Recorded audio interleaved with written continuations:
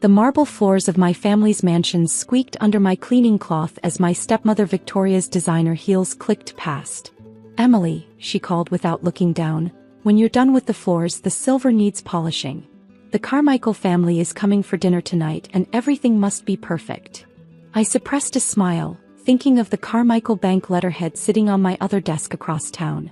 The one with Emily Harrison, Chief Executive Officer, embossed in gold. "Yes, Mrs. Harrison," I replied meekly, continuing to polish the already spotless floor. How did the CEO of one of the largest banks in the state end up cleaning her own family's house? It's quite a story. 10 years ago when I was 18, my father married Victoria. Within months, she had convinced him that sending me to business school was a waste of money. "Look at her," she'd said, gesturing dismissively. "She's not cut out for the corporate world. Better to save that money for more worthwhile investments." Those worthwhile investments included her son Marcus's failed business ventures, her daughter Sophia's designer wardrobe, and their increasingly lavish lifestyle. My father, besotted with his new wife, agreed. My college fund was drained, my dreams of following in my late mother's footsteps as a banker seemingly destroyed. But Victoria had underestimated me. Badly. I took a job as a bank teller, working days while attending night classes at community college. Within 3 years I had my business degree. Within 5 I was a senior loan officer. And now at 28, I was the youngest CEO in Carmichael Bank's 100-year history. Not that my family knew any of this. To them I was just Emily the housekeeper, the failed daughter who cleaned their home 3 days a week. They never questioned why I only worked Mondays, Wednesdays and Fridays. Never wondered what I did with the rest of my time. "Emily." Sophia's voice rang out from the top of the grand staircase. "My room needs vacuuming. And try not to touch anything important this time." I looked up at my 24-year-old stepsister, resplendent in what was probably another outfit bought with my father's dwindling credit line. "Of course, Miss Sophia." She paused on the stairs, examining her manicure. "You know, I almost admire you. Accepting your place in life like this. Not everyone can handle knowing they're only good for housework." If only she knew that I'd declined her latest credit card application just yesterday. That her shopping sprees were about to come to an abrupt end. My phone buzzed quietly in my pocket, my actual phone, not the cheap one I carried for this role. A message from my assistant. "Loan committee meeting tomorrow at 9 a.m. Harrison family application first on agenda." Perfect timing. "Emily."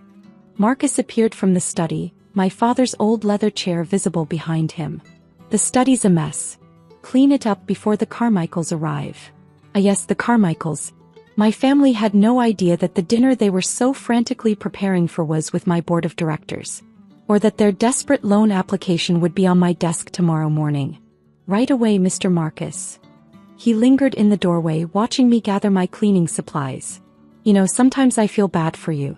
But then I remember, this is really all you're capable of."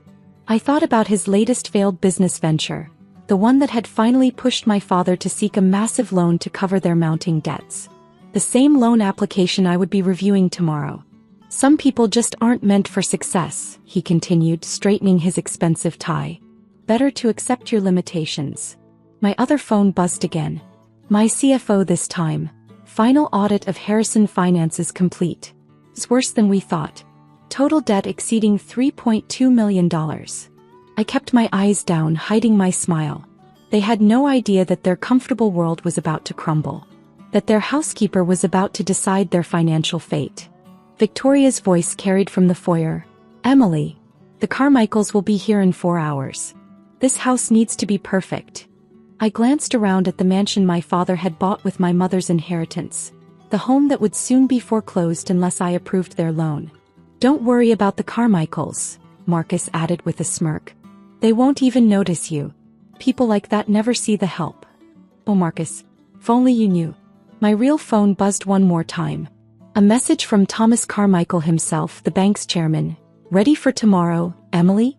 Time to show your family who's really been cleaning up their messes." I tucked my cleaning supplies under my arm and headed for the study, where my father's portrait still hung above the fireplace. He was in there now, probably rehearsing his pitch for tomorrow's loan meeting. Poor Dad. He had no idea that his housekeeper daughter would be sitting across the desk from him, holding his financial future in her hands. Victoria swept past again, this time trailing expensive perfume. And Emily? You try to make yourself scarce when the Carmichaels arrive. We wouldn't want them thinking we associate with your kind. I bent down to adjust my cleaning bucket, hiding my expression. Of course, Mrs. Harrison. I know my place. And I did. My place was at the head of the conference table tomorrow morning, watching their faces as they realized exactly who had been polishing their silver all these years. The Carmichael Bank conference room had floor-to-ceiling windows overlooking the city, leather chairs that cost more than my stepfamily's monthly credit card bills, and one perfectly positioned seat at the head of the table. My seat. I adjusted my Armani suit, quite different from yesterday's cleaning uniform, and checked my watch. 8:55 a.m. My family would be arriving any minute, fresh from last night's dinner where they'd fawned over the Carmichaels while completely ignoring their maid. My assistant Lauren knocked softly. They're here, Miss Harrison. Shall I send them in? Give me 2 minutes, I replied, turning to face the window. Let them sweat in the waiting room a bit. Through the glass wall, I could see them sitting nervously in the reception area. Victoria frantically checking her makeup. Marcus straightening his tie for the 100th time. Sophia scrolling through her phone, probably looking at more things she couldn't afford. My father clutching his loan application like a lifeline. At exactly 9 a.m. I pressed the intercom. Lauren, please show in the Harrison family. I stayed facing the window as they filed in, listening to their footsteps on the expensive carpet. Victoria's designer heels. Marcus's Italian loafers. The rustle of Sophia's silk dress that still had the tags hidden inside. Please take a seat, I said, still not turning around. I understand you're here about a loan application. Yes, my father's voice shook slightly. We have all the paperwork here. If we could just speak with the CEO. You are speaking with the CEO. I turned slowly, enjoying the way their faces transformed from confusion to shock to horror. Oh, family. Lovely dinner party last night, wasn't it? The silence was absolute. Victoria's perfectly painted mouth hung open. Marcus's face had turned an interesting shade of gray. Sophia's phone clattered to the floor. Emily, my father whispered. But you're our housekeeper.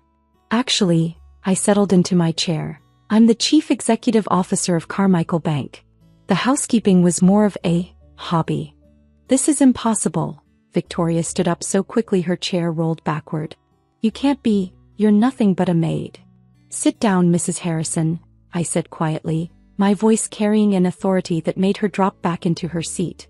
Let's review your loan application, shall we? I opened the file on my desk, taking my time to flip through the pages. Interesting.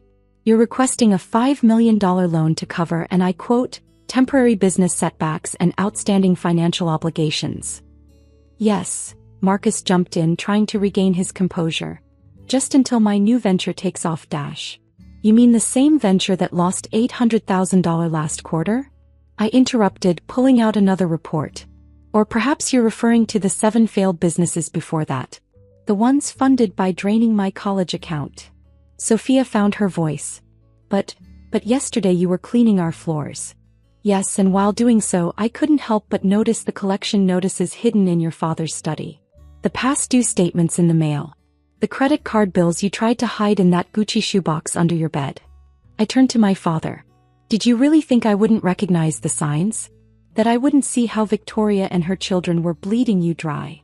Now see here, Victoria started, but I held up my hand. No, you see here. For 10 years, you've treated me like I was beneath you. Called me nothing. Mocked my ambitions. Made me clean your messes, literally and figuratively. I leaned forward. But here's the thing about being the help. We see everything. I pressed a button on my desk and the room's screens lit up with their financial records. 3 mortgages on the house. 12 maxed out credit cards. Marcus's failed businesses. Sophia's shopping addiction. Victoria's plastic surgery bills. How did you? My father's voice trailed off. I'm your bank, so Dad. Did you really think I wouldn't look into the family that destroyed my future to fund their own? Please. Victoria's voice had lost its edge. We can explain. Oh, I'm sure you can. Just like you explained why my college fund had to pay for Marcus's yacht. Or why my mother's inheritance went to Sophia's closet full of designer clothes. I stood up, walking to the window. You know what the ironic part is? If you had let me go to business school, if you had believed in me just a little, I might have helped you. But instead you made me clean your floors. The loan, my father said desperately. Can you approve it? I turned back to face them. That depends. Do you think your housekeeper is qualified to make multi-million-dollar financial decisions? Sophia burst into tears. Marcus looked like he might be sick. Victoria's face had gone from perfectly made up to completely pale.